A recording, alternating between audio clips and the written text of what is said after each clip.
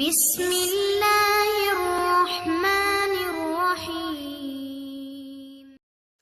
بسم الله الرحمن الرحيم باب رفع العلم وظهور الجهل. ബഹുമാനപ്പെട്ട ഇമാം ബുഖാരി റളിയല്ലാഹു അൻഹു ഇൽമിൻ്റെ ഫള് പറഞ്ഞു.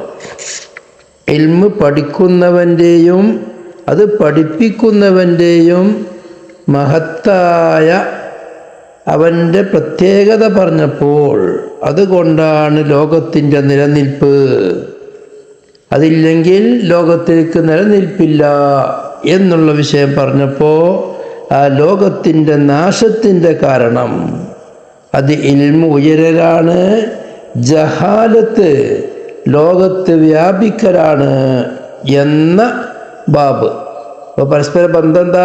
ആദ്യം പറഞ്ഞത് ലോകത്തിൻ്റെ നിലനിൽപ്പിന് കാരണമായത് അത് അറിവാണ്, അത് പഠിക്കലും പഠിപ്പിക്കലും കൊണ്ടാണ് നിലനിൽക്കുക. ഇപ്പം ഇവിടെ പറയുന്നത് ലോകത്തിൻ്റെ നാശത്തിലേക്ക് നയിക്കുന്നത് ജഹ്ലാണ്. അതോടുകൂടെ ഇൽമ് ലോകത്തുനിന്ന് ഇല്ലാതെ ആയി പോവുക. അത് വിശദീകരിക്കേണ്ടി വന്നു. وقال ربيعة لا ينبغي لأحد عنده شيء من العلم أن يضيع نفسه. റബീഅ സ്വഹാബത്തിനെ കണ്ട താബീങ്ങളിൽ വെച്ച് വളരെ മശൂറായ മഹാനാണ്. അവരുടെ ജനനം എന്ന് ക്രോഡീകരിക്കപ്പെട്ടിട്ടില്ല. വഫാത്ത് ഹിജ്റ 136 എന്നുള്ളതാണ് റാജിഹ്. അവർ ബഹുമാനപ്പെട്ട അനസ് ബിൻ മാലിക് റളിയല്ലാഹു അൻഹുവിനെ കാണുകയും വേറെയും സ്വഹാബത്തിനെ കാണുകയും ധാരാളം അറിവുകൾ സമ്പാദിക്കുകയും സ്വഹാബത്തിനൊക്കെ നിന്ന് സമ്പാദിക്കുകയും ചെയ്തിട്ടുണ്ട്. അതുപോലെ ലോകത്ത് അറിയപ്പെട്ട മഹാന്മാരിൽപ്പെട്ട ഒരാളാണ്. താബീങ്ങളിൽ വെച്ച് ഏറ്റവും വലിയവരുടെ കൂട്ടത്തിൽപ്പെട്ടവരാണ്. ചില മഹാന്മാർ പറഞ്ഞത് ദഹബി സിയർ അഅ്ലാമുൻ നുബലാ അതുപോലെയുള്ള പല കിതാബുകളിലും പലരും പറഞ്ഞെന്താ, ബഹുമാനപ്പെട്ട താബീങ്ങളിൽ വെച്ച് ഏറ്റവും വലിയ പണ്ഡിതന്മാരായ ഹസൻ ബസരി, മുഹമ്മദ് ബിൻ സീരീൻ അവരെക്കാളും വലിയവരാണ് റബീഅത്ത് എന്നുള്ളവരാണ്. റബീഅത്തുനി റയ്യി എന്നാണ് പറയുന്നത്. റയ്യി കാരണം മഹാനവർകൾ അന്ന് മദീനയിൽ അവർ ജീവിക്കുന്ന കാലത്ത് മദീനയിൽ എന്ത് മസ്അല സംബന്ധമായ പ്രശ്നങ്ങൾ വന്നാലും ഖുർആനിലും ഹദീസിലും വ്യക്തമായില്ലാത്തത് അവർ ഇജ്തിഹാദ് ചെയ്ത് പെട്ടെന്ന് അതിലേക്ക് പ്രതിവിധി പറയുമായിരുന്നു. അതുകൊണ്ടാണ് അവരെ സംബന്ധിച്ച് റബീഅത്തുനി റയ്യി എന്ന പേരിൽ വന്നത്. إنما قيل له ذلك لكثرة استعماله بالرأي والاجتهاد. അവരുടെ പിതാവ് അബൂ അബ്ദുറഹ്മാൻ ഫറൂഖ് എന്നവരാകുന്നു. മദനിയാണ് മഹാനായ റബീഅത്ത്, മദനിയാണ്, താബിഇയാണ്, ഫഖീഹാണ്. അവരുടെ ഫഖ്ർ ബഹുമാനപ്പെട്ട ഇമാം മാലിക് ബിൻ അനസ് റളിയല്ലാഹു അൻഹുവിനെ ആ ഒരു പരുവത്തിൽ ആക്കിയത് മൂപ്പരാണ്. ആലിമുൽ മദീന എന്ന മഹാനായ പ്രശസ്തനായ നാനാരുൽ മദ്ഹബിൻ്റെ ഇമാമായ മാലിക് ബിൻ അനസ് റളിയല്ലാഹു അൻഹുവിനെ അത്രയും യോഗ്യനാക്കി മാറ്റിയ ഏറ്റവും വലിയ സ്വാധീനിച്ച വ്യക്തി, അവരെ കൂടുതൽ തർബിയത്താക്കിയത് റബീഅത്ത് ബിൻ ഫറൂഖ് റളിയല്ലാഹു അൻഹുവാണ്. റബീഅത്ത് ബിൻ ഫറൂഖ് റളിയല്ലാഹു അൻഹു അവരെ സംബന്ധിച്ച് മഹാന്മാർ പേജുകളാണ് എഴുതിയിട്ടുള്ളത്. ബഹുമാനപ്പെട്ട ഇമാം മാലിക് റളിയല്ലാഹു അൻഹും റബീഅത്ത് ബിൻ ഫറൂഖ് റളിയല്ലാഹു അൻഹും തമ്മിൽ ഇമാം മാലിക് റബീഅത്ത് റളിയല്ലാഹു അൻഹു ഹിജ്റ 136 വഫാത്താകുമ്പോൾ അന്ന് ഇമാം മാലിക് റളിയല്ലാഹു അൻഹുവിന് 43 വയസ്സാണ്. ഇമാം മാലിക് റളിയല്ലാഹു അൻഹു വഫാത്തുള്ളത് 179 അന്ന് മാലിക് ഇമാം പറഞ്ഞൊരു വർത്താനുണ്ട്, ഫിഖ്ഹിന്റെ ഹലാവ ദഹബത്ത് ഹലാവത്തുൽ ഫിഖ്ഹി മുൻദു മാത Rabia bin Abi Abdurrahman. Rabia bin Abi Abdurrahman മരിച്ചോടെ മുതൽ ആ ഫിഖ്ഹിന്റെ രസം ഇല്ലാതെയായി. അത് വല്ലാത്തൊരു രസമായിരുന്നു അവർ കൈകാര്യം ചെയ്യല്. ഏത് പ്രയാസം വെച്ച് പഠിച്ച വിഷയങ്ങളും പെട്ടെന്ന് നല്ലൊരു മഹ്മിലിൻ്റെ മേൽ ഹംല് ചെയ്ത് അതിൻ്റെ സത്യാവസ്ഥ മഹാനുകൾ പറഞ്ഞു കൊടുക്കും. മാലിക് ഇമാമിന് ആദ്യമായി റബീഅത്തിൻ്റെ ദർസിലേക്ക് അയക്കുകയാണ് ഉമ്മ. ആ ഉമ്മ അയക്കുമ്പോൾ കാരണം മാലിക് ഇമാമിൻ്റെ കുടുംബം ദീനി കുടുംബമാണ്, ഇൽമിൻ്റെ കുടുംബമാണ്. ഇമാം മാലിക് റളിയല്ലാഹു അൻഹുവിൻ്റെ വല്ലിപ്പ എളാപ്പാര് എല്ലാം വലിയ വലിയ ആളുകളാണ്. എന്നാലും മാലിക് ഇമാമിൻ്റെ പിതാവ് ഹദീസുമായി കൂടുതൽ ബന്ധപ്പെട്ടിരുന്നില്ല. പണ്ഡിതനാണ്, അതോടുകൂടെ വറയുള്ള ആളാണ്, തഖ്വയുള്ള ആളാണ്. എന്നാൽ ഇൽമിൻ്റെ വിഷയത്തിൽ വലിയ പേരും പ്രസക്തിയുള്ളവരായിരുന്നില്ല. മാലിക് ഇമാമിനെ നോക്കിയത് അവരുടെ ഉമ്മയാണ്. പഠനത്തിന് വേണ്ടി പ്രത്യേകമായി അയക്കാനും അതിനു വേണ്ടി പ്രോത്സാഹനം എടുത്തിരുന്നത്. അങ്ങനെ മാലിക് ഇമാമിൻ്റെ ഉമ്മ ഇമാം മാലിക് റളിയല്ലാഹു അൻഹുവിനെ റബീഅത്ത് ബിൻ ഫറൂഖ് റളിയല്ലാഹു അൻഹുവിൻ്റെ അടുത്തേക്ക് പറഞ്ഞയക്കുമ്പോൾ ചെയ്ത ഉപദേശമുണ്ട്, ഇദ്ഹബ് ഇലാ റബീഅത്ത് റൈ ഫതഅല്ലം മിൻ അദബിഹി ഖബ്ല ഇൽമിഹി. ആണോ ആദ്യം പറഞ്ഞതാണ്, നീ റബീഅത്തിൻ്റെ അടുത്ത് പോയാൽ അവരുടെ അടുത്തുനിന്ന് അറിവ് പഠിക്കുന്നതിൻ്റെ മുമ്പ് അവരുടെ അദബും മര്യാദയും അതിനെ ആദ്യം പഠിക്ക്. ആദ്യം ഒരു മനുഷ്യൻ എങ്ങനെ ആവണം എന്നുള്ളത് റബീഅത്തിനെ കണ്ട് പഠിക്ക്. റബീഅത്ത് റളിയല്ലാഹു അൻഹു ഓരോരുത്തരോടും അതിൻ്റെതായ രീതിയിൽ പെരുമാറുമായിരുന്നു. വല്ലാത്ത അത്ഭുതമുള്ള മഹാനാണ്. മഹാനവർകളോട് ദിവസം ഖലീഫ, അന്നത്തെ ഖലീഫ വന്നിട്ട് പറഞ്ഞു, വിളിച്ചു വരുത്തിയിട്ട് പറഞ്ഞു, നീ എനിക്കൊരു ഹദീസ് പറഞ്ഞുണ്ടാ എന്ന് പറഞ്ഞപ്പോൾ മഹാനവർകൾ പറയാണ്, ഞാൻ ഹദീസ് പറയില്ല.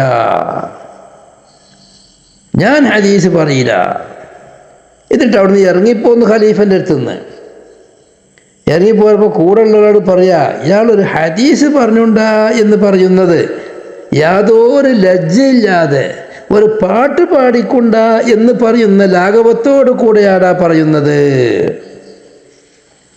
وكان لا يحدث بحديث رسول الله صلى الله عليه وسلم إلا في مجلس يحمل وقار العلم. ഇൽമിൻ്റെ നിലവാരം വഖാറ് ഇല്ലാത്ത ഒരു സദസ്സിൽ ഹദീസ് പറയില്ല. ഹദീസ് പറയണമെങ്കിൽ ഇമാം മാലിക്കും അതേമാതിരി ഉണ്ടായിരുന്നു. ബാക്കിയുള്ള എന്ത് ചോദിച്ചാലും മറുപടി പറയും. ഹദീസ് ഓതി കൊടുക്കണമെങ്കിൽ അതിന് പറ്റിയ സദസ്സ്, അതിന് പറ്റിയ സദസ്യര്, അതിന് പറ്റിയ വേഷം, ഇതെല്ലാം വേണ്ടിയിരുന്നു. فقد ذكر أنه دخل على الوليد بن يزيد وهو خليفة. ഖലീഫയായ യസീദ് ബിൻ യസീദിൻ്റെ അടുക്കൽ കടന്നു ചെന്നു. വലീദ് പറഞ്ഞു, യാ റബ്ബിയ ഹദ്ദിസ്നാ എന്ന് പറഞ്ഞു, ഹദീസ് പറഞ്ഞുണ്ടാ. റബീഅത്ത് റളിയല്ലാഹു അൻഹു എന്ന് പറഞ്ഞു, ലാ മാ ഉഹദ്ദിസു ശൈഅ, ഞാൻ ഇപ്പോൾ ഒരു ഹദീസും പറയില്ല. അങ്ങനെ അവിടെ പോന്നപ്പോഴാ പറഞ്ഞത്, അമാ സമീഅതും ഹാദാ അല്ലദീ യഖൂൽ യാ റബീഅ ഹദ്ദിസ്നാ കഅന്നഹു യഖൂലു യാ റബീഅത ഗന്നിനാ. നമുക്കൊരു പാട്ട് പാടിക്കൊണ്ടാ എന്ന് പറയുന്ന ഒരു ലാഘവത്തോടു കൂടെയാണ് ഹദ്ദിസ്നാ എന്ന് പറയുന്നത്. അതിൻ്റെ സദസ്സോ അതിൻ്റെ വേദിയോ അതിൻ്റെ ഒരുക്കമോ ഒന്നുമില്ലാതെ. അതുപോലെ കാളിയാവാൻ വേണ്ടി സഫാഹ് അബ്ബാസി ഭരണകർത്താക്കൾ പെട്ട ആദ്യത്തെ ആളാണല്ലോ. അബുൽ അബ്ബാസ് സഫാഹ് രാജാവ് ഖലീഫ അവരെ വിളിച്ചു വരുത്തി. എന്നിട്ട് ഖലീഫ ഖാദിയാവാൻ പറഞ്ഞു. അവർ പറഞ്ഞു എനിക്ക് പറ്റൂല. അങ്ങനെ വലിയ സംഖ്യ അവർക്ക് ഹദിയ കൊടുത്തു. എനിക്ക് വേണ്ട. എന്നാൽ പറഞ്ഞു ആദ്യം ഒരു സ്ത്രീയെ, ഒരു അടിമ സ്ത്രീയാണ് കൊടുത്തത്. ഇതിനെ കൊണ്ടുപോയി ഉപകാരം ഹിദ്മത്തിന് പറ്റും, എനിക്ക് വേണ്ട. എന്നാൽ അത്ര സംഖ്യ 5000 ദീനാർ സ്വർണം കൊടുത്തു, എനിക്ക് വേണ്ട. മഹാനായ റബീഅത്ത് റളിയല്ലാഹു അൻഹു അവരുടെ ജീവിതത്തിൽ ധാരാളം കഥകളുണ്ട്.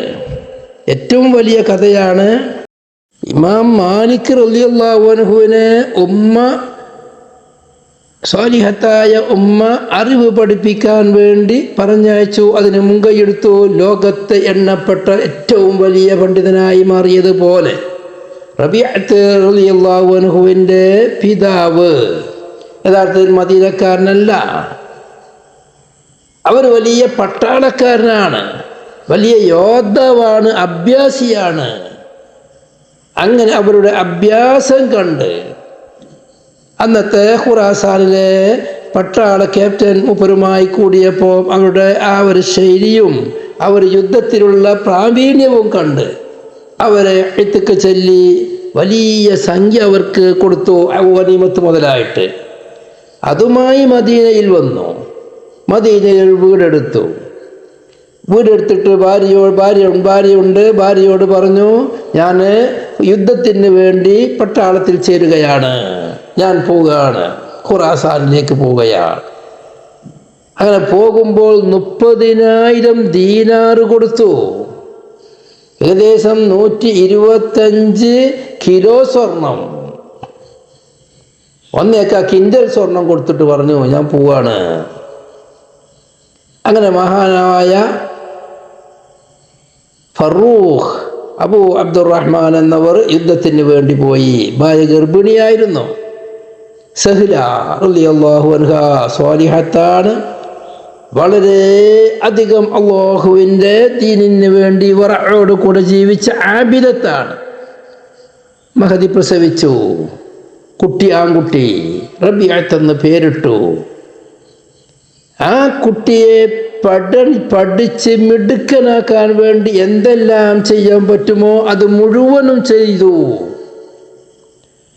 അങ്ങനെ മഹാനവറുകൾ ചെറുപ്പത്തിൽ തന്നെ വലിയ പണ്ഡിതനായി മാറി. മാലിക് ഇമാമിൻ്റെ മുമ്പ് മദീനയിലെ മുഫ്തി മഹാനവറുകളാണ്. അങ്ങനെ 30 വർഷം കഴിഞ്ഞതിൻ്റെ ശേഷമാണ് പിതാവ് തിരിച്ചു വരുന്നത്. ഒരു രാത്രിയിലാണ്. ഉമ്മ ഉറങ്ങിയിട്ടുണ്ട്. റബീഅത്ത് റളിയല്ലാഹു അൻഹു വീട്ടിൻ്റെ പുറത്ത് വെച്ച്, വീട്ടിൻ്റെ മുന്നിൽ വെച്ച് എന്തോ സ്വകലിലാണെങ്കിൽ ഈ ഇൽമുമായി ബന്ധപ്പെട്ട ഒരു ചർച്ച, ഒരു പഠനത്തിലാണ്. അപ്പോൾ വന്ന ആൾ വാതിൽ തുറന്ന് കണ്ടപ്പോൾ വീട്ടുകാരനാണ്, ഉടമയാണ്. നേരെ വീടിൻ്റെ ഉള്ളിലേക്ക് കയറിയപ്പോൾ റബീഅത്ത് റളിയല്ലാഹു തടഞ്ഞു വെച്ചു. അവർ രണ്ടാളും തമ്മിൽ ചെറിയ ഏറ്റുമുട്ടൽ നടന്നു, വാക്കേറ്റം നടന്നു. അപ്പോഴേക്കും ഉമ്മ ഉണർന്നു വന്നു. ഇത് ഉപ്പയാണെന്ന് പറഞ്ഞു കൊടുത്തതോടുകൂടെ അവിടെ രംഗം മാറി. രണ്ടാളും കെട്ടിപ്പിടിച്ചു, അങ്ങോട്ടും ഇങ്ങോട്ടും ആലിംഗനം ചെയ്തു, പൊരുത്തപ്പെടിച്ചു. അങ്ങനെ അവിടെ വെക്കുകയാണ്. കുറച്ച് ദിവസം കഴിഞ്ഞതിൻ്റെ ശേഷം മഹാനായ ഫറൂഖ് റളിയല്ലാഹു അൻഹു അവർ സഹിലയോട് പറഞ്ഞു, ഞാൻ പോകുമ്പോൾ 30,000 ദീനാർ തന്നിരുന്നല്ലോ, അതിൽ നിങ്ങൾ രണ്ടാളുടെയും ചെലവ് കഴിച്ചിട്ട് ബാക്കിയുള്ളത് വല്ലതുമുണ്ടോ? എൻ്റെ കയ്യിൽ കുറച്ച് പണമുണ്ട്, ഗനീമത്ത് മുതലായി കിട്ടിയത്, അതും ഇതുമായി കൂട്ടി യോജിപ്പിച്ച് നമുക്ക് എന്തെങ്കിലും ചെയ്യാം. ഉമ്മ പറഞ്ഞു, ഞാൻ ആ പണം സൂക്ഷിച്ചു വെച്ചിട്ടുണ്ട്, പെട്ടെന്ന് കിട്ടൂല, ഒരാഴ്ചയോട് ഞാൻ സംഘടിപ്പിച്ച് തരാം. ഹിക്മത്ത് ഉപയോഗിച്ചതാണ്. അങ്ങനെ ഒരു ദിവസം ഫറൂഖിനോട് പറഞ്ഞു, നിങ്ങൾ മദീനയിലെ റസൂലുള്ളാഹിന്റെ മസ്ജിദ് നബവിയിൽ പോയി നിസ്കരിച്ച് വരണം, അവിടെ പോയി നിസ്കരിച്ച് വരികയാണ്. അങ്ങനെ അവിടെ പോയി നിസ്കരിച്ചാൻ വേണ്ടി പോയി. നിസ്കാരം കഴിഞ്ഞിറങ്ങുമ്പം മദീനത്തെ പള്ളിയിൽ വലിയ ഒരു ഇൽമിൻ്റെ മജ്ലിസാണ്. ഫറൂഖ് റളിയല്ലാഹു അൻഹുവിൻ്റെ ഹയ്യത്ത് ആ രീതിയിലായിരിക്കണം. സദസ്സിലുള്ളവർ മുഴുവനും വലിയവരെല്ലാം തലേക്കെട്ട് കെട്ടിയ 40 ആൾ എപ്പോഴും അവരുടെ മുന്നിലുണ്ടാകുമെന്നാണ്. കാരണം അന്നും ഇന്നും തലേക്കെട്ട് കെട്ടുക എന്ന് പറഞ്ഞാൽ അത് വലിയ യോഗ്യന്മാരാണ്. അങ്ങനെ യോഗ്യന്മാരായ വലിയ വലിയ ആളുകൾ, മാലിക് ഇമാമിനെ പോലെയുള്ള, അബൂ ഹനീഫ ഇമാം, സുഫിയാനു സൗരി, ഇങ്ങനെ പലരും അവരുടെ ശിഷ്യന്മാരാണ്. ശിബറ വായിച്ച അന്തം വിട്ടു പോകും. അങ്ങനെ പള്ളിയുടെ ഒരു ഭാഗത്ത് ഹൽക്കയിൽ, ഇൽമിൻ്റെ ഹൽക്കയിൽ ഒരു ചെറുപ്പക്കാരൻ ദർസ് നടത്തുന്നു. സൗണ്ട് കേൾക്കുന്നുണ്ട് ഫറൂഖ്. അതിൻ്റെ ഉള്ളോട്ട് അങ്ങോട്ട് അടുത്ത് ചെല്ലാൻ കഴിയുന്നില്ല, അത്രയും ആളുകൾ പൊതിഞ്ഞിട്ടുണ്ട്. ഫറൂഖ് കുറച്ച് ഇൽമ ദർസ് കേട്ടു. പിന്നെ പുറത്ത് വന്നൊരാളോട് ചോദിച്ചു, ഒരു വയസ്സിന് പ്രായമുള്ള ആളോട് ചോദിച്ചു, ആരാണ് ഈ മുദരിസ്? ആ പ്രായം ചെന്ന ആൾ പറഞ്ഞു, നിങ്ങൾക്കറിയില്ലേ ഇവിടുത്തെ ഈ മുദരിസിനെ? മൂപ്പര് മുഫ്തിൽ മദീനയല്ലേ, ആലിമുൽ മദീനയല്ലേ? ഇവിടെ അവരുടെ പിന്നിലല്ലാതെ വേറൊരു ആലിമില്ലല്ലോ. ഇവരെ അറിയാത്തൊരാൾ ലോകത്തുണ്ടോ? അപ്പോൾ പറഞ്ഞു, ഞാൻ നാട്ടുകാരനല്ല, പുറത്തായിരുന്നു. എന്താണ് അയാളെ പേര് ചോദിച്ചു. നിങ്ങൾ പേരെന്താ പറയാത്തത്?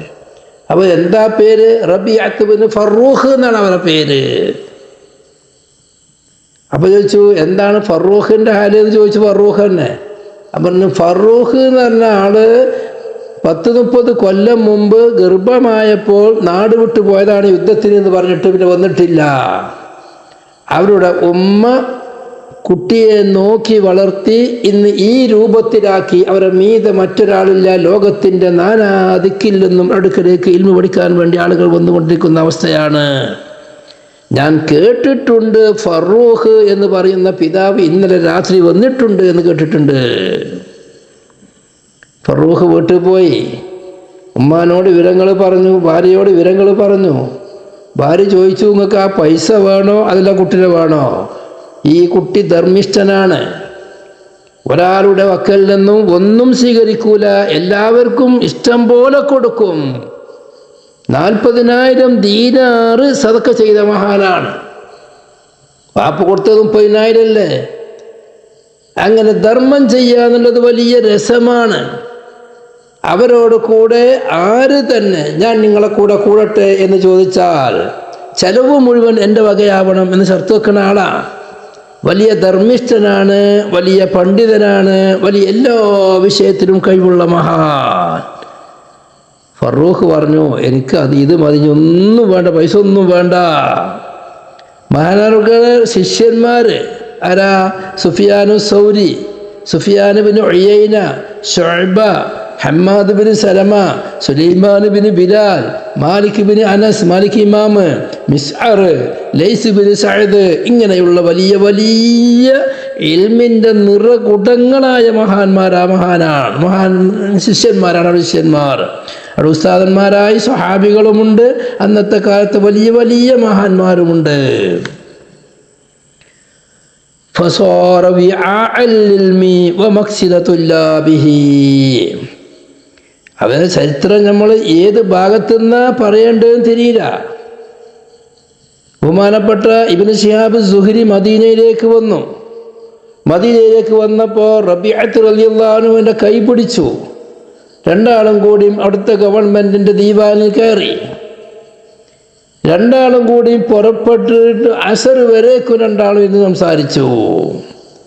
ഇബ്നു ശിഹാബ് റളിയല്ലാഹു അൻഹു സുഹ്രി ഇമാം അവിടെ നിന്ന് സദസ്സിൽ വരുമ്പം റബീഅത്തിൻ്റെ സദസ്സ് പറയുമ്പോൾ എന്താ? മാ ലനൻതു ബിൽ മദീനത്തി മിസ്ല റബീഅ. റബീഅത്തിൻ്റെ മാതിരി ഒരാൾ മദീനത്തുണ്ട് എന്ന് എനിക്ക് അഭിപ്രായമില്ല. റബീഅത്ത് എന്നിട്ട് പറഞ്ഞു, മാ ലനൻതു അന്ന അഹദൻ ബലഗ മിനൽ ഇൽമി മാ ബലഗ ഇബ്നു ശിഹാബ്. ഇബ്നു ശിഹാബിൻ്റെ അത്ര ഇൽമുള്ള ഒരാൾ ഉണ്ട് എന്ന് എനിക്ക് അഭിപ്രായമില്ല. രണ്ടാളും അങ്ങോട്ടും ഇങ്ങോട്ടും മദ്ഹ് ചെയ്തു. അതവരുടെ സ്വഭാവമാണ്. ഒരാളെയും താഴ്ത്തി കെട്ടൂല, എല്ലാവരോടും വലിയ ആദരവ്. അവരുടെ സദസ്സിലുണ്ടാകുന്ന ആളുകൾ അവരെക്കാളും എത്രയോ പ്രായമുള്ള വലിയ വലിയ ആളുകളാണ്. ബഹുമാനപ്പെട്ട അബൂബക്കർ സിദ്ദീഖ് റളിയല്ലാഹു അൻഹുവിൻ്റെ മകനായ മുഹമ്മദ് എന്നവരുടെ മകനായ കാസിം, ഫുഖഹാഉ സബയിൽപ്പെട്ടവരാണ് കാസിം എന്നവർ.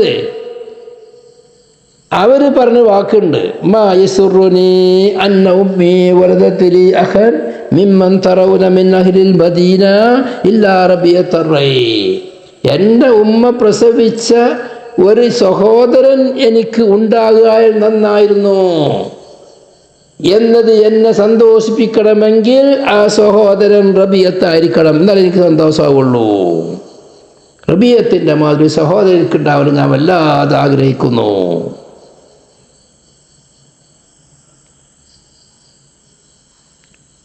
മഹാനായ കാസിം മുഹമ്മദ് ബിൻ കാസിം ബിൻ മുഹമ്മദ് റളിയല്ലാഹു അൻഹു മദീനത്തെ മുഫ്തിയല്ലേ, അവരോട് വന്ന് എന്ത് ഫത്വ ചോദിച്ചാലും അവരെന്താ പറയാ, ഖുർആനിലോ ഹദീസിലോ ഉള്ളതാണെങ്കിൽ നസ്സുള്ളതാണെങ്കിൽ മൂപ്പർ പറഞ്ഞു കൊടുക്കും. അല്ലെങ്കിൽ അത് ശിഷ്യനായ റബിയത്തിനെ ചൂണ്ടിക്കാട്ടി പറയുക, റബിയത്തിനോട് ചോദിച്ചോളി. ഇജ്തിഹാദിയായ വിഷയത്തിൽ മറുപടി പറയാൻ ഒരാളെ പെട്ടെന്ന് അക്കാര്യം ഗ്രഹിക്കാൻ അത്ര കഴിവുള്ള ഒരാൾ അക്കാലത്ത് ജീവിച്ചിട്ടില്ല. മഹാനവറുകള് ധാരാളം വസിയ്യത്തുകൾ ചെയ്തിട്ടുണ്ട്. അവരെ വസിയ്യത്തിൽപ്പെട്ടതാണ് ഇമാം മാലിക് റളിയല്ലാഹു അൻഹുവിനോട് മസലുല്ലദീ യുഅജ്ജിലു ബിൽ ഫുതിയാ ഖബ്ല അൻ യതസബ്ബത കമസലില്ലദീ യഖുദു ശൈഅൻ മിനൽ അർളി ലാ യദ്രി മാ ഹു. ഒരു കാര്യത്തിന് ചോദ്യം ചോദിച്ചാൽ അതിനെ ഉറപ്പ് വരുത്തി ഇന്നതാണ് സംഭവം എന്ന് വിശദമായി മനസ്സിലാക്കുന്നതിൻ്റെ മുമ്പ് തിരക്കുറിച്ച് എൻ്റെ അഭിപ്രായം. ഇന്നത്തെ മൂല്യമാരെ മാതിരി എൻ്റെ അഭിപ്രായം ഇന്നതാണ്. എത്ര ഓൻ അള്ളാൻ്റെ ദീനിൽ അഭിപ്രായം പറയാൻ? ഹുക്കുമ് പറഞ്ഞാൽ അള്ളാൻ്റെ ദീനിൻ്റെ അള്ളാൻ്റെ വിധിയല്ലേ. അതിന് ഒന്നിരിക്കൽ ഖുർആനിലുള്ളത് ഇമാമികൾ എന്താ പറഞ്ഞത് പറഞ്ഞു കൊടുക്കുക. ഇന്നത്തെ കാലത്ത് ഖുർആനിലും പറയാൻ അറിയില്ലല്ലോ. അപ്പോൾ ഏതെങ്കിലും കിതാബ് നോക്കിയിട്ട് പറഞ്ഞു കൊടുക്കേണ്ടടുത്ത് എൻ്റെ അഭിപ്രായം എങ്ങനെയാണ്, എനിക്കെങ്ങനെയാണ് മനസ്സിലാകണത് എന്ന് പറഞ്ഞ ആളുകളുണ്ട്. ഓലെപ്പറ്റി അന്ന് പറയാണ്, സ്വഹാബത്തിൻ്റെ താബിഈയായ മഹാനായ റബിയത്ത് പറയാണ്, ഒരു വിഷയത്തെപ്പറ്റി ഉറപ്പ് വരുത്തി ഉറപ്പുവരുത്തിക്കുന്നതിൻ്റെ മുമ്പ് ഫത്വ കൊടുക്കുന്നവൻ്റെ ഉദാഹരണം ഭൂമിയിൽ നിന്ന് ഒരു സാധനം കുമിഞ്ഞെടുക്കുന്ന മാതിരിയാണ് നോക്കാതെ. ആ എടുക്കുന്ന സാധനം ഒന്നിരിക്കൽ അവനക്ക് ഉപകാരമുള്ള സാധനമാകും, അല്ലെങ്കിൽ വല്ല മൂർഖം പാമ്പാവും പിടിച്ചിട്ടുള്ളത്, അല്ലെങ്കിൽ വേറെ കുപ്പിച്ചില്ലാവും പിടിച്ചിട്ടുള്ളത്, അല്ലെങ്കിൽ മണ്ണാങ്കട്ടാവും പിടിച്ചിട്ടുള്ളത്, ചിലപ്പോൾ സ്വർണ്ണവും ആവാം. അപ്പം അത് ഉറപ്പിക്കാൻ പറ്റൂല. അങ്ങനെയുള്ള ആളുകളെ നമ്മൾ ശ്രദ്ധിക്കണമെന്ന് ഇമാം മാലിക് റളിയല്ലാഹു അൻഹു വസിയത്ത് ചെയ്ത മഹാനാണ്. ബഹുമാനപ്പെട്ട റബീഅത്ത് ബിൻ ഫറൂഖ് റളിയല്ലാഹു അൻഹു ഇമാം മാലിക്കിനോട് ചെയ്ത ഉപദേശങ്ങളിൽപ്പെട്ട ഒന്നാണ്. എൻ്റെ ഉസ്താദായ ഇബ്നു ഖൽദ എന്നവർ, അവർ നല്ല ഖാദിയായിരുന്നു. അങ്ങനെയുള്ള ഇബ്നു ഖൽദ എന്നോട് ദിവസം പറഞ്ഞു, യാ റബീഅ, മാലിക് ഇമാമിന് പറഞ്ഞു കൊടുക്കുക എൻ്റെ ഉസ്താദ് എന്നോട് ചെയ്ത ഉപദേശം എന്ന് പറഞ്ഞിട്ട്, റബീഅ അറാക തുഫ്തിന്നാസ്, നീ ജനങ്ങളോട് ഫത്വ കൊടുക്കുന്ന ആളായി ഞാൻ കാണുന്നുണ്ട്. ഫൈദാ ജാഅക റജുലു യസ്അലുക, ഒരാൾ നിന്നോട് ചോദിക്കാൻ വേണ്ടി വരികയാണെങ്കിൽ ഫലാ തകുൻ ഹിമ്മതുക അൻ തുഖ്രിജഹു മിമ്മാ വഖഅ ഫീ, നിന്റെ പ്രധാന ലക്ഷ്യം അവൻ്റെ പ്രശ്നത്തിൽ നിന്ന് അവനെ എങ്ങനെ രക്ഷപ്പെടുത്താൻ കഴിയും. അവനൊരു വലിയ പ്രശ്നത്തിൽ വന്നിട്ട് ചോദ്യം ചോദിക്കുക, രക്ഷപ്പെടാൻ മാർഗമുണ്ടോ? ആ രക്ഷപ്പെടാനുള്ള മാർഗം അവനിക്ക് പറഞ്ഞു കൊടുക്കലാവരുത് നിന്റെ ലക്ഷ്യം. പിന്നെ ലക്ഷ്യം എന്താവണം? വൽതകുൻ ഹിമ്മതുക അൻ തതഖല്ലസ മിമ്മാ സഅലക അൻ, അവൻ നിന്നെ എന്ത് തൊട്ടാണോ ചോദിച്ചത് എങ്കിൽ അതിൽ നിന്ന് നീ എങ്ങനെ രക്ഷപ്പെടാൻ കഴിയും? അള്ളാഹുവിൻ്റെ അടുക്കൽ ചോദ്യമില്ലാതെ അള്ളാഹുവിൻ്റെ തനി ദീനാണ് നീ പറഞ്ഞത് എന്ന് വരുത്താൻ അപ്പോഴാണ് നീ രക്ഷപ്പെടുക. അപ്പം നീ രക്ഷപ്പെടാനുള്ള മാർഗം എന്ത് എന്ന് ചിന്തിച്ചു കൊണ്ടായിരിക്കണം നിന്റെ മറുപടി.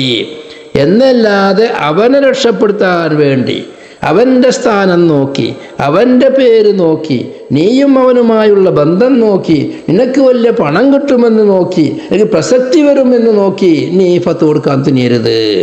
അല്ലാഹു സുബ്ഹാനഹു വ തആലാന്റെ ദീനാണ് പരിശുദ്ധ ഇസ്ലാമിൻ്റെ ഹുക്കുമുകൾ.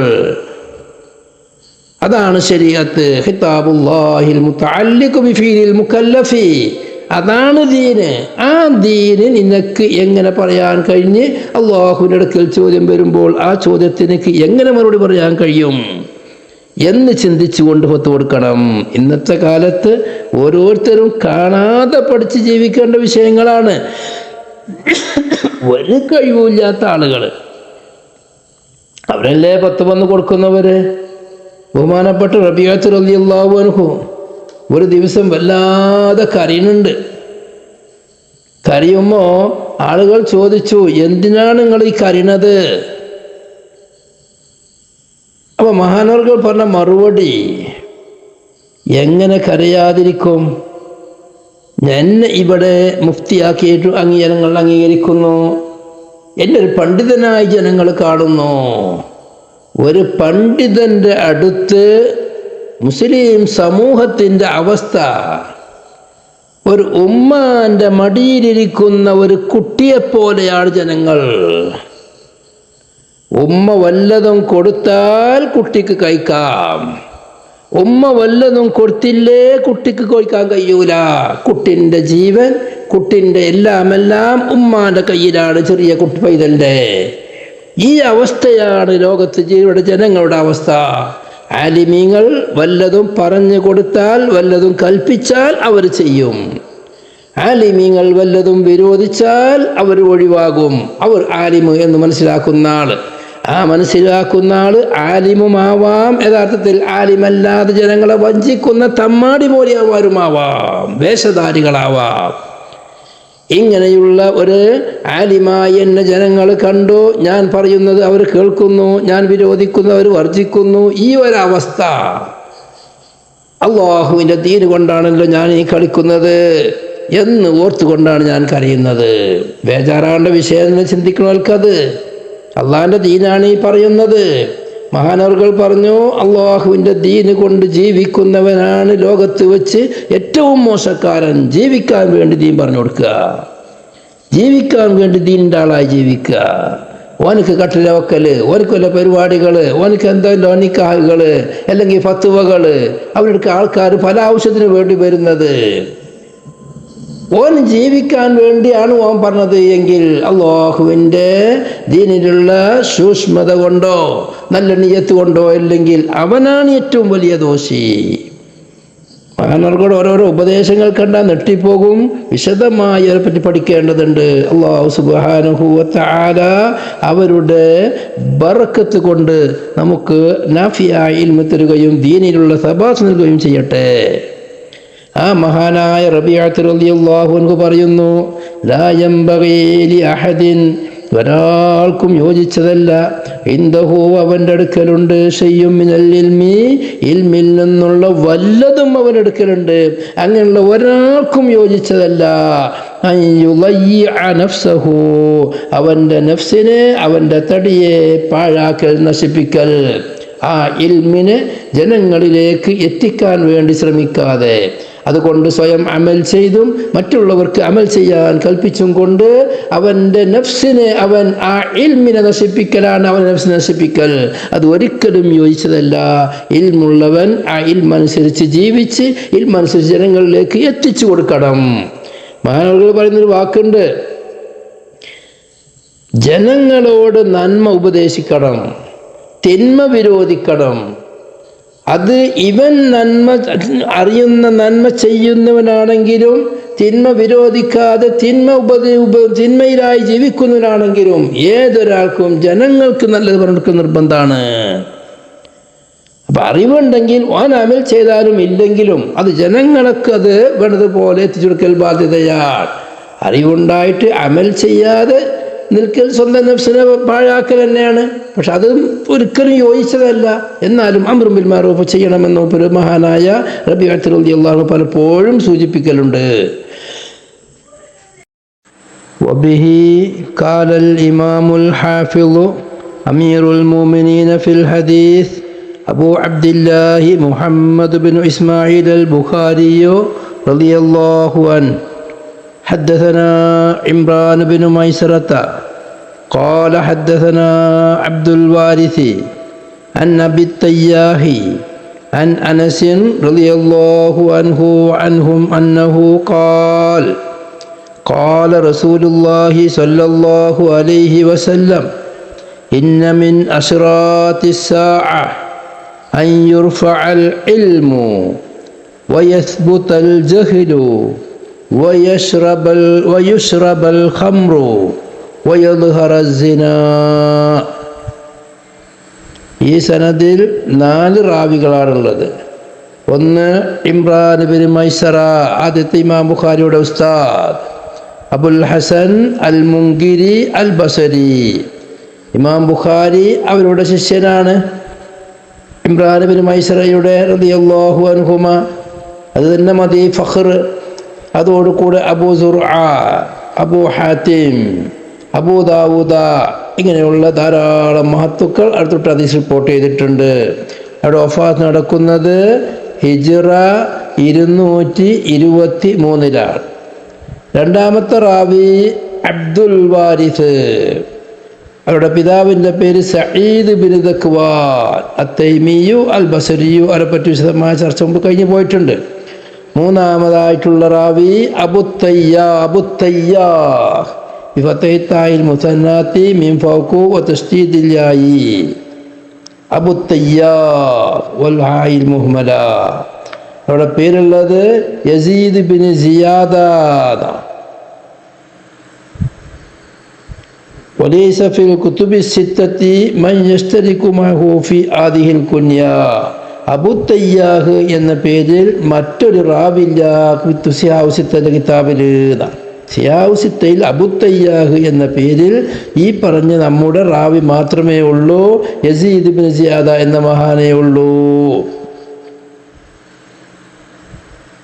അവരുടെ വഫാത്ത് കിടക്കുന്നത് 128-128-ലാണ്. ധാരാളം ശിഷ്യഗണങ്ങളുള്ള മഹാനാണ് അബുത്തയ്യാഹ് റളിയല്ലാഹു അൻഹു. നാലാമത്തെ റാവി സഹാബി അനസ് ബിൻ മാലിക് റളിയല്ലാഹു അൻഹു. അവരാണ് ഈ ഹദീസ് റിപ്പോർട്ട് ചെയ്യുന്നത്. ഈ ഹദീസ് പല സ്ഥലത്തായിട്ട് 4 സ്ഥലത്ത് ഇനിയും വരാനിരിക്കുന്നുണ്ട്. ബഹുമാനപ്പെട്ട അനസ് റളിയല്ലാഹു അൻഹു പറയുന്നു, കാല അനസ് റളിയല്ലാഹു അൻഹു പറഞ്ഞു, കാല റസൂലുള്ളാഹി സല്ലല്ലാഹു അലൈഹി വസല്ലം, റസൂലുള്ളാഹ് പറഞ്ഞു, ഇന്ന മിൻ അശ്റാത്തിസ്സാഅ, തീർച്ചയായും ഖിയാമത്ത് നാളിൻ്റെ അടയാളങ്ങളിൽപ്പെട്ടതാണ് അൻ യുർഫഅൽ ഇൽമു, ഇൽമിനെ ഉയർത്തപ്പെടൽ, വയസ്ബുതൽ ജഹിലു, അറിവില്ലായ്മ സ്ഥിരപ്പെടൽ. വല്ലാത്ത പ്രയോഗമാണ്. അറിവില്ലാത്ത ആളുകളില്ലാണ്ടാകുക എന്നല്ല, അറിവില്ലാത്ത ആളുകൾ ഇവിടെ ജഹാലത്ത്, അറിവില്ലായ്മ സ്ഥിരപ്പെടുക, അത് ഭരണഘടന വിധേയമാക്കുക ഓരോരോ രാഷ്ട്രങ്ങളിലും. വയുശ്റബൽ ഖംറു, കള്ള് കുടിക്കപ്പെടുക. വയദ്ഹറ സിനാ, സിന വെളിവാകുക. സിന എന്നുള്ള കാര്യം ആദ്യകാലത്തെ പഴയ കാലത്തെ കുറേ കാലമായി ചെയ്യലുണ്ട്, മുമ്പേ ചെയ്യുന്ന സംഗതിയാണ്. പക്ഷേ അത് പരസ്യമാകുക. സിന എന്ന് പറഞ്ഞാൽ ഒരാൾ ബോയ് ഫ്രണ്ട് ഗേൾ ഫ്രണ്ട് രണ്ടാളും കൈ പിടിച്ച് നടന്നിക്കാണ്ട് കൊഞ്ചുക ആളുകളുടെ നിന്ന്, എന്നിട്ട് രണ്ടാളും റൂം എടുക്കുക, താമസിക്കുക. ആർക്കും വിരോധമില്ല. അതെല്ലാം അനുവദിക്കപ്പെട്ടതാണ്. അംഗീകരിക്കപ്പെട്ടതായാൽ അത് തൊഴിലായിട്ടും ചെയ്യാം, തൊഴിലല്ലാതെയും ചെയ്യാം. അതിനൊക്കെ ഒരു പ്രശ്നവും ലോകത്തില്ല.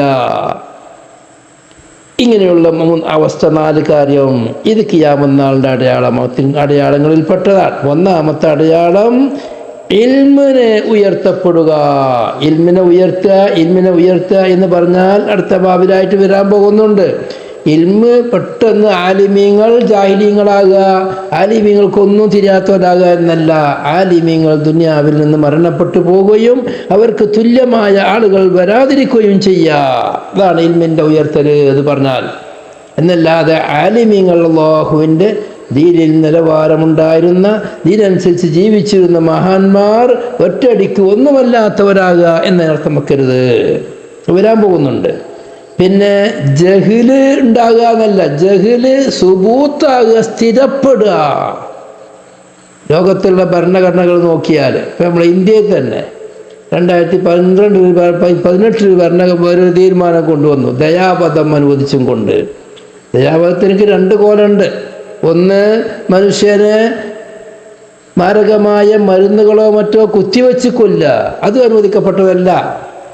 പിന്നെ ദയാബോധം എന്ന് പറഞ്ഞാൽ എന്താ? ഒരാൾക്ക് ബോധമില്ലാതെ കിടക്കുകയാണ്, അയാൾക്ക് സുഖമായിട്ടൊന്നും ചെയ്യാൻ കഴിയൂല, അയാൾക്ക് എന്തെങ്കിലും കൃത്രിമമായ ശ്വാസോച്ഛ്വാസങ്ങളോ അല്ലെങ്കിൽ കൃത്രിമമായ ഭക്ഷണങ്ങൾ കോയൽക്കൂടെയോ കൊടുത്തെങ്കിലേ അയാൾ ജീവിക്കുള്ളൂ. ഇങ്ങനെയുള്ള ബോധം കെട്ട് കിടക്കുന്ന ഒരാള്, അങ്ങനെയുള്ള ഘട്ടത്തിൽ കുടുംബക്കാർക്ക് നോക്കാൻ കഴിയൂല എന്ന് പറഞ്ഞാൽ പിന്നെ അയാൾക്ക് നിറഞ്ഞ് ഓക്സിജൻ കൊടുക്കണ്ട, അയാൾക്ക് ഇനി പൈപ്പ് കൂടെ മരുന്ന് കൊടുക്കണ്ട എന്നെല്ലാം തീരുമാനിച്ച് അടക്കില്ല. മരണത്തിന് കീഴടങ്ങാനുള്ള അവസരം കൊടുക്കുക. എത്ര വലിയ ജഹാലത്താണത്! വ്യക്തികൾക്ക്, കുടുംബത്തിനേക്ക് കൊല്ലങ്ങളോളം 10, 15, 10, 8, 10 കൊല്ലം ഒരാൾ അങ്ങനെ കിടക്കുമ്പോൾ അവർക്ക് മടി വരും, അവർക്ക് മടുത്തിരിക്കും, അവർക്ക് നോക്കാൻ കഴിയൂല എന്ന് വരും. ഇങ്ങനെയായെങ്കിൽ പരിശുദ്ധ ഇസ്ലാം പറഞ്ഞ എന്താ? അത് ഭരണകർത്താക്കൾ നാടേറ്റെടുക്കണം. നാടിൻ്റെ സമ്പത്താണ്, ഓരോരോ നാടിൻ്റെയും സമ്പത്താണ് ആ നാട്ടിലെ മനുഷ്യന്മാർ. ആ മനുഷ്യന്മാർക്ക് അവരാലോ അവരെ ബന്ധപ്പെട്ടവരാലോ അവരെ നോക്കാൻ കഴിയില്ലെങ്കിൽ അത് ഗവൺമെൻറ് നോക്കണം. അവരെ കൊലക്ക് വിട്ടുകൊടുക്കരുത്. ഗവൺമെൻറ്റിൻ്റെ സമ്പത്ത് ഓരോരോ രാഷ്ട്രത്തിൻ്റെ മക്കൾക്കുള്ളതാണ്. പ്രത്യേകിച്ചും ഇങ്ങനെയുള്ള നിരാലംബരായ, നോക്കാൻ ആളില്ലാതെ മരിച്ചു പോവാത്ത അവർക്ക് സംരക്ഷണം കൊടുത്താൽ ഇനിയും ജീവിക്കുന്ന ആളുകൾ അവർക്ക് വേണ്ടിയുള്ളതാവണം. പക്ഷെ അത് ലോകത്ത് അനുവദിക്കപ്പെടുകയാണ്. അതാണ് ജഹിൽ സ്ഥിരപ്പെടുക എന്ന് പറഞ്ഞാൽ, മനുഷ്യനെ കൊലക്ക് വിധേയമാക്കുക. ഗവൺമെൻറ് ഏറ്റെടുക്കേണ്ട ഒരാള്, ഗവൺമെൻറ്റിൻ്റെ ഒരു വ്യക്തി, നാടിൻ്റെ ഒരു സമ്പത്ത്, നാടിൻ്റെ സമ്പത്തിൻ്റെ അവകാശിയായ ഒരു മനുഷ്യൻ, ആ മനുഷ്യനിക്ക് സ്വയമായി ജീവിക്കാൻ കഴിയാതിരിക്കുമ്പോൾ അതിന് വേണ്ടുന്ന എല്ലാ ഒത്താശയും ചെയ്യേണ്ടതിന് പകരം എന്നാ പിന്നെ ആ സംവിധാനം ഒഴിവാക്കിയാൽ മരിച്ചോട്ടെ, മരിക്കാനുള്ള അവസരം കൊടുക്കുക. മരിപ്പിക്കുക, കൊല്ലുക എന്ന് തന്നെയാണ് അർത്ഥമുള്ളത്. തിന്നാൻ കൊടുക്കാതെ കൊല്ല, ഓക്സിജൻ കൊടുക്കാതെ കൊല്ല എന്നല്ലാതെ മരുന്ന് കുത്തിവെച്ചിട്ടോ ക്രൂരതയായിട്ടുള്ള കൊല്ലല്ല. എന്തും ക്രൂരതയല്ലേ? വെള്ളത്തിൽ ആവശ്യമുള്ളവന് വെള്ളം കൊടുക്കാതിരിക്കല്, ഓക്സിജൻ ആവശ്യമുള്ളവന് ഓക്സിജൻ കൊടുക്കാതിരിക്കല്, മരുന്ന് കൊടുക്കേണ്ടവനക്ക് മരുന്ന് കൊടുക്കാതിരിക്കല്, കത്തി കൊണ്ട് കുത്തിക്കൊല്ലലോ മാരകമായ വിഷം കുത്തിവെക്കലോ മാത്രമല്ലല്ലോ കൊല. അതുപോലെ ഇങ്ങനെയുള്ള ജഹിലുകൾ ലോകത്ത് എന്തിനേക്കാണ് ജഹാലത്തില്ലാത്തത്? എത്രയോ പാവങ്ങളെയാണ് ഓരോരോ ദിവസവും ഓരോരോ കാരണം പറഞ്ഞ് കൊല്ലുന്നത്, എത്രയോ നാടുകളെയാണ് ഖറാബാക്കുന്നത്, എത്രയോ വലിയ വലിയ സ്ഥാപനങ്ങളും വലിയ വലിയ ബിൽഡിങ്ങുകളുമാണ് ബോംബിട്ട് തകർത്തുകൊണ്ടിരിക്കുന്നത്. അതെല്ലാം അവരുടെ അവകാശമാണ്. ഞങ്ങളെ നാടിനെ രക്ഷിക്കാൻ വേണ്ടി ഞങ്ങൾ ആരും എന്തും ചെയ്യും. ഇതാ ഇന്നത്തെ മുദ്രാവാക്യം. കള്ളിനെ കുടിക്കപ്പെടുക. എവിടുന്ന് കള്ള് കിട്ടിയാലും കുടിക്കുക തന്നെ. ആരാ കുടിക്കണമെന്ന് പറഞ്ഞിട്ടില്ല. കുടിയന്മാരല്ലാത്തവരെ കാണാൻ പ്രയാസമാകും. ആ ഒരവസ്ഥയിലേക്ക് വരിക. ലോകത്ത് മുസ്ലിം നാടുകളിലും എല്ലാത്ത നാടുകളിലും പ്രത്യേക വരുമാന മാർഗം അത് കള്ളായി മാറുക, നിയമവിധേയമാക്കുക.